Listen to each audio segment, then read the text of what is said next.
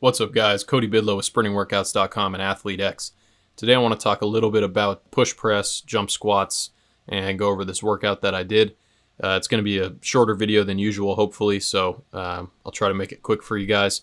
And then I'll cover my other workouts that I did this past week in another video. If you look at research talking about the push press and the jump squat, some of it compares the two together, and some of the research does show that the jump squats are more effective than the push press for, say, soccer players who are trying to improve their 30-meter sprint time, their change of direction ability, and all that. But there's also research that shows that the power and impulse that you apply to the bar during push press is similar to jump squats, and gives some reasons why jump squats might be a better bang for your buck exercise. Because with the push press, first of all, you have to dip sort of like you're doing a quarter squat or a half squat, explosively launch up like a jump, so it's almost like a counter movement jump to start the movement, and then you finish by pressing the bar overhead, and that requires a lot of upper body strength, trunk strength, core strength, balance, coordination, all that stuff.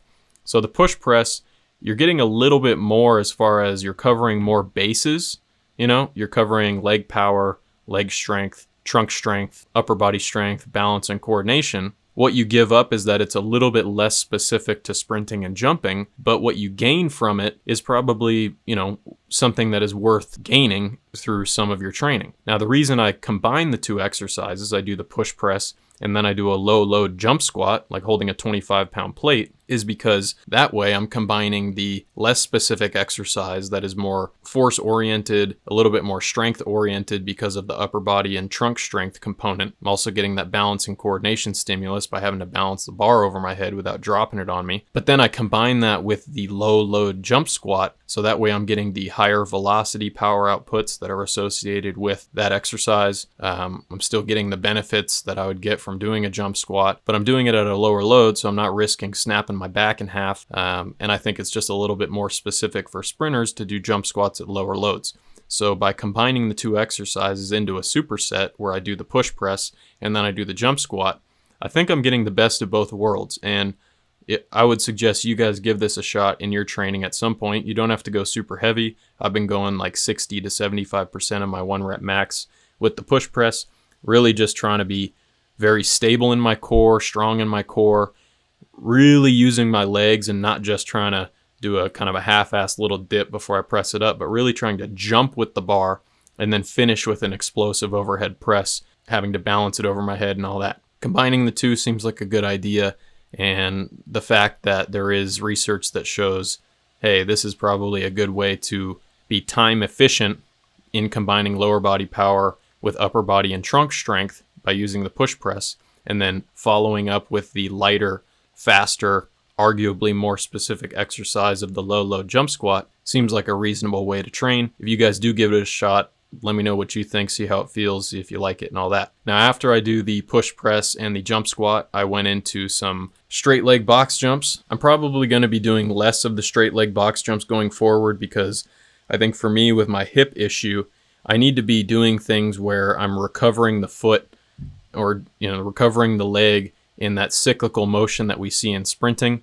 I find that when I keep the leg straight or straighter, and I do a jump or I do an acceleration where I don't get a high heel recovery, that's more stressful on my hip flexor because it's a longer lever, and then those hip flexors are having to work harder to pull that long lever through, and I think that's contributing a little bit to my pain. Now, I've been able to do these straight leg jumps without pain, so that's a good sign that my hip flexor is, healing up. But as I'll talk about in my next video, which I'll probably put out tomorrow or the next day, where I'm doing jumps with high heel recovery, they just feel more athletic and they don't hurt as much. So I feel like if something feels more athletic and it hurts less, that's probably a good thing to do. One thing that I would say is I'm trying to finish all of these exercises with a bounce. So when I hit the ground, I don't want to just hit the ground and stick the landing. I want to bounce. So that way, every time I'm hitting the ground, I'm getting a little bit of that elastic rebound type of stimulus.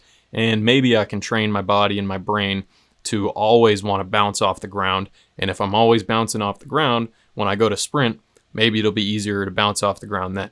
Maybe it won't transfer or have any effect, but in my mind, I would rather train day in, day out on these little opportunities, like when you land on the ground after an exercise, use those little opportunities to train these little nuances of movement that hopefully can help us And at least at the end of the day, I'm, trying to be more athletic than not. Hopefully that makes sense. I finished the workout with a couple exercises where in one I was on 2 feet to start and then 1 foot leaning into a box, bouncing through dorsiflexion and plantar flexion. So basically getting the Achilles tendon and the calves to stretch and shorten in any elastic fashion. I didn't use any load. It was just body weight, and I was leaning up against a box, so it was a little bit less than body weight. But it felt good. It felt bouncy and just, I don't know, seemed like a good thing to do. Then I went into sort of hurdle mobility type exercises going over a box because I don't have a hurdle at the gym.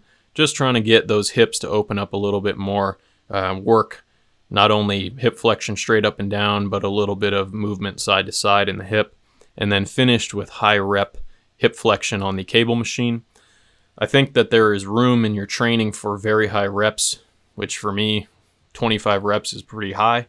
I used a really low load, but what I found was I was able to get a lot of blood flow, get a lot of burn in the hip flexors, and that when I walked away from this, I had less pain in my hips. Maybe it's because there's some re-education of the brain going on by doing a whole bunch of reps. It tells your brain, hey, these tissues are fine, they're not injured. If we can do 25 reps of this exercise, we must not have an injury here. So maybe it's down-regulating the pain a little bit.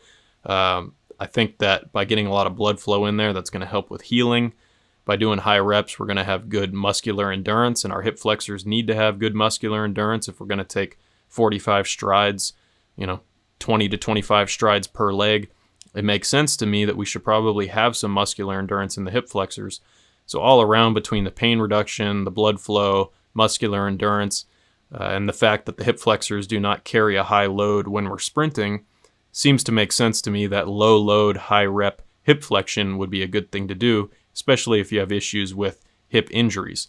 When I did higher loads and lower reps for hip flexion, I didn't notice really much of an improvement in the pain that I was having. So for now, I'm going to stick to these high reps and see if I can continue to see improvement in my hip pain.